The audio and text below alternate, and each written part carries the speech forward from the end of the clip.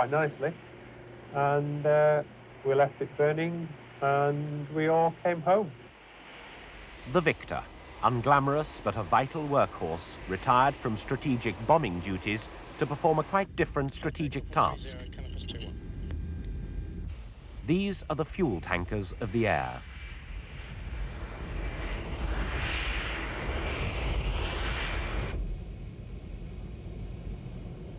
In order that Allied combat aircraft could operate at maximum effectiveness, spend as much time as possible near and over their targets, they were frequently refueled in mid-air, a tricky business that was a regular feature during the 38 days of unrelenting bombardment. Here too, pinpoint accuracy was what mattered. Great stuff.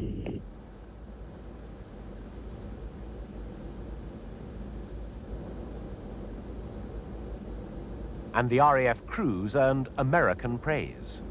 The Royal Air Force is very much like the United States Marine Corps. Yet they're very motivated. I would not want that mission that those guys fly because they're down low, they're in the AAA. It's a dirt mission and they're just doing a dynamite job with it. It takes real courage.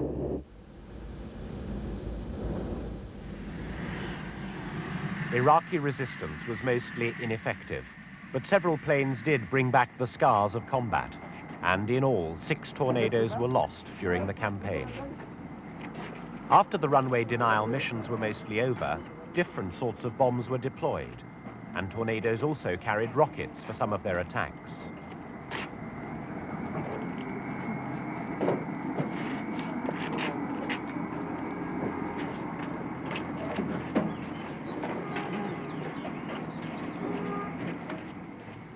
Day and night, the routine of the air assault continued. Planes to be serviced, airmen to face the most grueling campaign since the Second World War. The Allies intended to guarantee victory by winning in the air.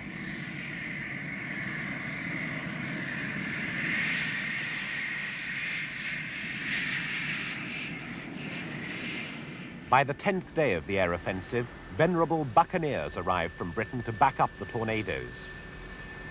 With them came the laser eyes out under the wings. This equipment would give the ultimate in precision guiding for bombs carried to the battle zone aboard the tornadoes. Out in the Gulf, meantime, a large part of the United States aerial battalions were based, flying a lion's share of the vast number of sorties from huge aircraft carriers. Those sorties included planes equipped with early warning radar to give plenty of notice of any enemy fighter activity.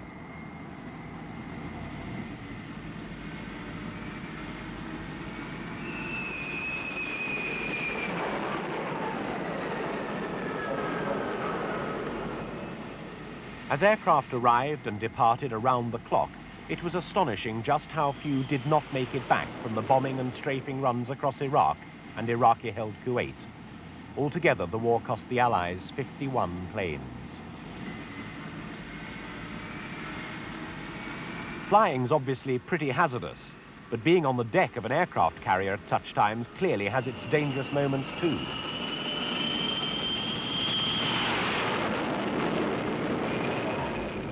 American carriers soon resembled the most hectic of commercial airfields, as places and paths were found for plane after plane, either preparing to fight or returning from a mission.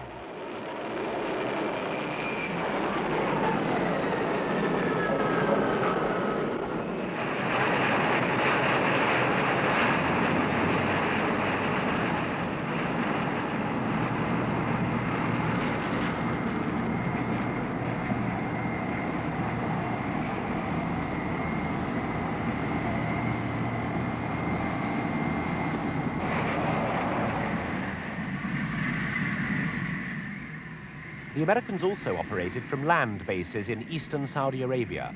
All told, there were 1,800 Allied combat and backup aircraft involved in the war against Iraq.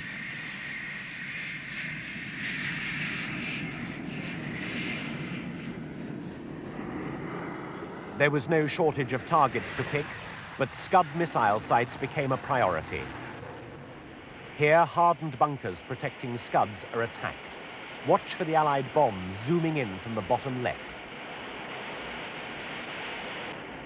Mobile Scud launchers were hard to spot, but many were effectively dealt with. Pilots described, though, how intimidating AAA anti-aircraft artillery could be. It looks a lot like, lights, flickering lights, like Christmas lights or something like that when the AAA's coming up. And then shortly after that, it looks like some big bomb fireworks or something like that going off. It was an awesome display, it truly was. On and on went the air offensive. At its peak, 2,000 sorties were being undertaken every 24 hours.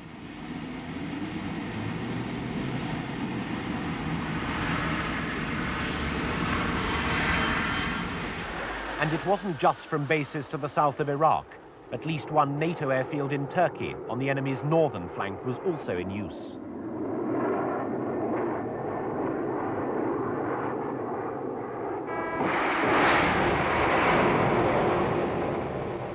Out at sea, the very latest in conventional weaponry was aimed at the heart of Iraq, Tomahawk cruise missiles. 291 of them were fired from US battleships, each missile costing £500,000.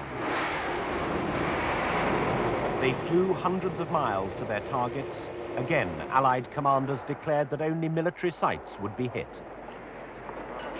The view from the ground.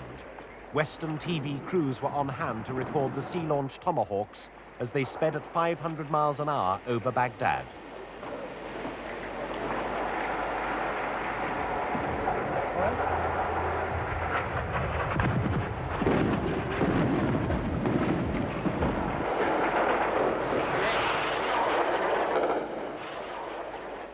Smoke billows up after a missile finds its target somewhere in Baghdad's suburbs.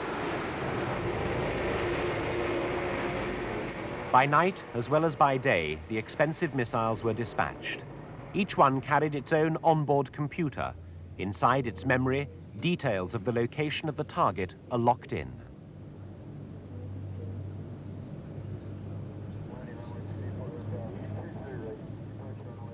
They were launched to impact an hour before spy satellites passed over the target area, to take photographs, making accurate damage assessment possible. 8, 7, 6, 5, 4, 3, 2, 1, launch. Missile away! Yes, sir. The missile's job was to demolish the heart of Iraq's means of survival, like Baghdad's main power station.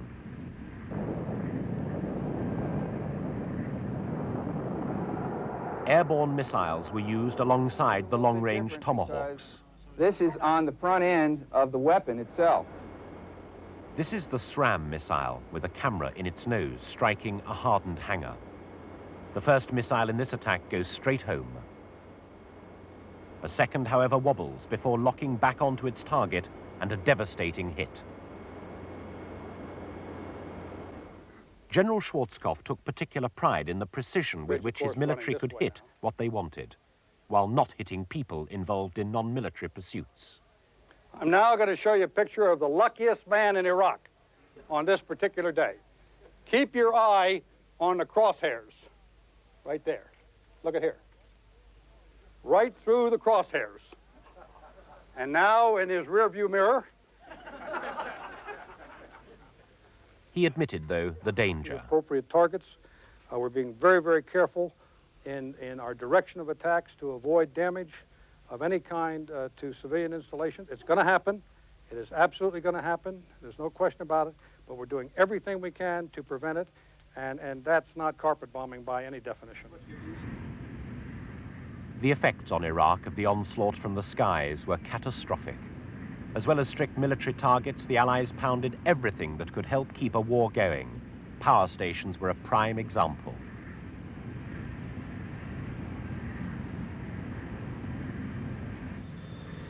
Government buildings were carefully picked out and wrecked, the results of the computerized precision targeting that the Allies employed to such remarkable effect. Baghdad suffered a blitz not seen since the last World War, though a strictly selective one. Communications were shattered. Not only was the Iraqis' military command and control structure knocked out, but the country's TV was forced off the air as well.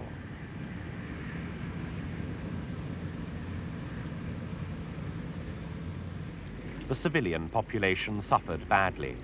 Fractured mains and sewers, compounded by heavy rainfall, had parts of Baghdad awash and prompted fears of disease. Bridges across the Tigris River came down as part of the Allied campaign to prevent military movements and disrupt supplies. There's no way of knowing exactly how many people died, for no matter how great the commitment to avoid such casualties, they did occur, as General Schwarzkopf prophesied. What the outside world saw of the damage done both to public and private buildings was strictly under the Iraqis' control. They maintained that Allies were deliberately hitting civilian targets. The truth seems to be that few stray bombs there were, but very few. What did happen was that people and property on the ground suffered a good deal from anti-aircraft fire which came down, and by incoming missiles destroyed in flight before they hit those carefully pre-programmed targets.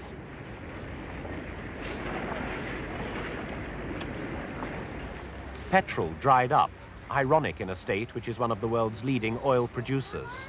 But again, Allied bombing disrupted all aspects of life. Strangely, Western journalists who stayed in Baghdad reported little hostility from ordinary Iraqis, no matter how bad things got.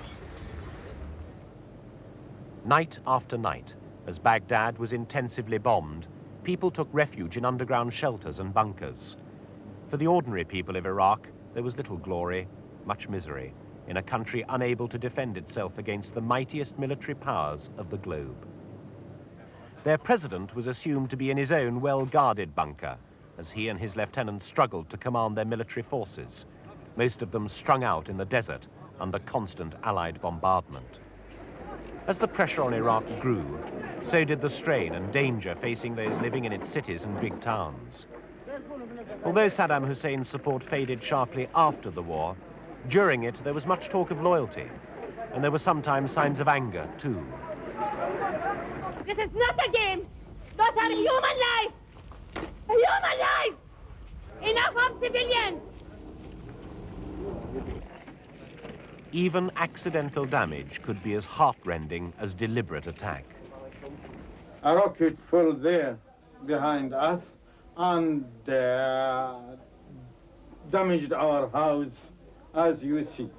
President Saddam Hussein will stay here, and we will stay with him until the end of the war, and we will have our big victory here against America and other countries. Then, on February the 13th, a bunker in the Baghdad suburb of Amaria was bombed, and inside it died some 300 civilians, many women and children. The Iraqis declared it was well known to be an air raid shelter. It was a disastrous moment. Much of the Muslim world expressed outrage.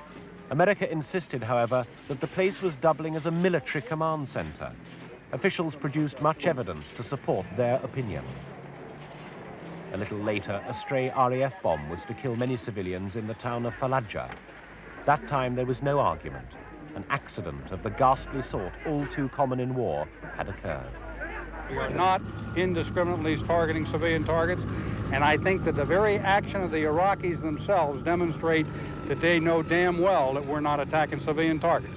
Since right now they've dispersed their airplanes into residential areas, they've moved their headquarters into schools, they've moved their